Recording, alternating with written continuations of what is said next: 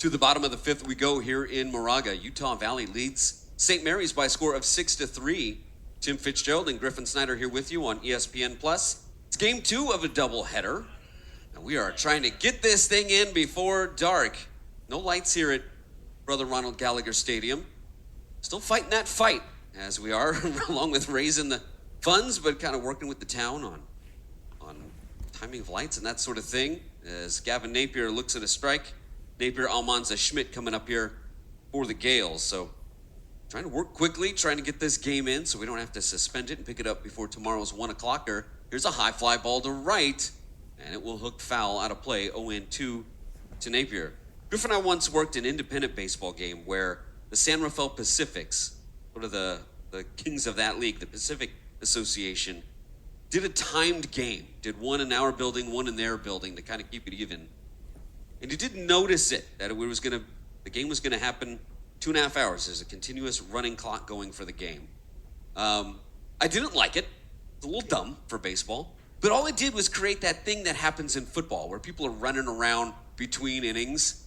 Here's a ball low, did not go to Napier. That's all it is. Like, think how long a football game is. Always over 3 hours, and all the stoppages, and they gotta cart somebody off, and then you gotta, all the time between plays. But everybody's running around between plays. Oh, I gotta run around. Here's a liner off the glove of the second baseman, and a base hit for Napier to start this fifth. Everybody's running around between plays, so it looks like there's a lot happening. It looks like things are happening fast, and there's a lot of excitement. There's really not, but it created that in the baseball game in the last couple innings where the team who was down, San Rafael in this case, we were up, they were having to run around, and there's an argument about if we were stalling to not have the pitch, in time. It just doesn't work in baseball. The pitch clock, okay, especially if you've got in rules about timeouts and stepping off and that sort of stuff. But you just can't time baseball. It doesn't work that way. Yeah, you can't put the overall game on a clock because the more runs, not points, I was thinking football, the more runs that are scored makes the game longer, whereas in football. And Almanza gets a base hit to get through the right side. So here we go, Griffin, just what you talked about as Napier gets all the way to third. Gales aren't scared of being down 3 runs, middle of a game. Exactly. Just like that, they've got the tying run back at the plate, and it's a guy you love having at the plate in Coleman Schmidt. The Atlantic League, the highest of the independent leagues, experimented with 3 balls got you a walk, 2 strikes got you the strikeout. They experimented with, a 1-1 count to start games, to start at bats at times too. That's a big showcase thing when guys are trying to get recruited to go to college because lots of kids will show up to the camps. You need to get everybody at bats. That's a good way to get things moving. That's part of where that's from. Okay, runners at the corners, nobody out for Coleman Schmidt. It's still Ethan Folks on the mound. Schmidt, a line drive right into the glove of the shortstop. What a play by Matthew Schwartz. Well hit from Coleman Schmidt again. He didn't even get out of the left-hand batter's box. He took about a step and a half, and then the ball was into Schwartz's mitt. Great swing, too. Yeah, here's Chong to the plate now. My last year in the Pacific Association, I was the league's information director and somewhat by default the commissioner's assistant. And he pondered, if baseball were started today, if it came about today, would games be 9 or 7 innings? Chong lifts one into right, foul territory. A couple of Wolverines giving chase, but it will head into Candiati Corner.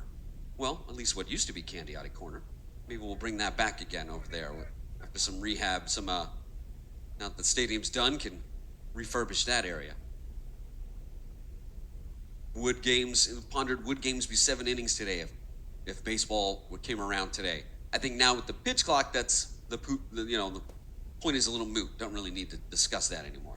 Yeah, exactly. They got the games down around the 240 something mark. Yeah, 240, and that's about the same time you get with basketball games, hockey games. Yeah, exactly. Football, obviously, a little bit longer. Chong puts one at the knees. 0-2. 2 strikes here. Chong. Also 7. Like, what are you going to divide that by? How are you going to think about that? Yeah, it was one thing going through a pandemic with double headers.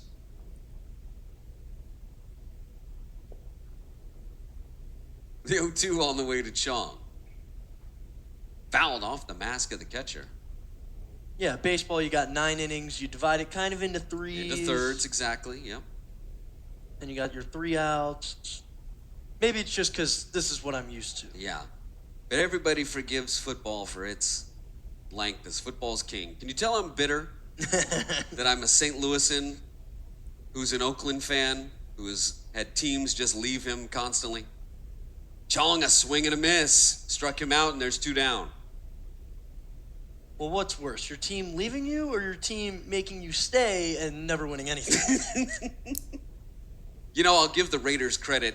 Even in the bad years, they kept it entertaining. It's like a bad soap opera. What? The quarterback has a codeine addiction. Oh, my God. All right.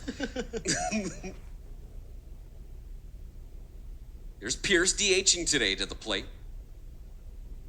Still runners at the corners, swing and a miss. Boy, Knowles is pulling the string well here right now. Yeah, he's doing a good job keeping guys off balance. What? They fired the coach with an overhead projector press conference? Oh, my God. Life as a Raider fan. They're Vegas' problem now. 0-1, Pierce, dribbler to the left side. Nice play on the backhand. Broussard, can he get it there in time? He did, on a roll. Just in time to get the big man Pierce running down the line. What a play at third by Broussard. So that ends the Gales' threat. But looked like they were going to be in business with runners at the corners and nobody out. But instead, the Wolverines get out of it. We'll go to the 6th. 6-3, Utah Valley on top.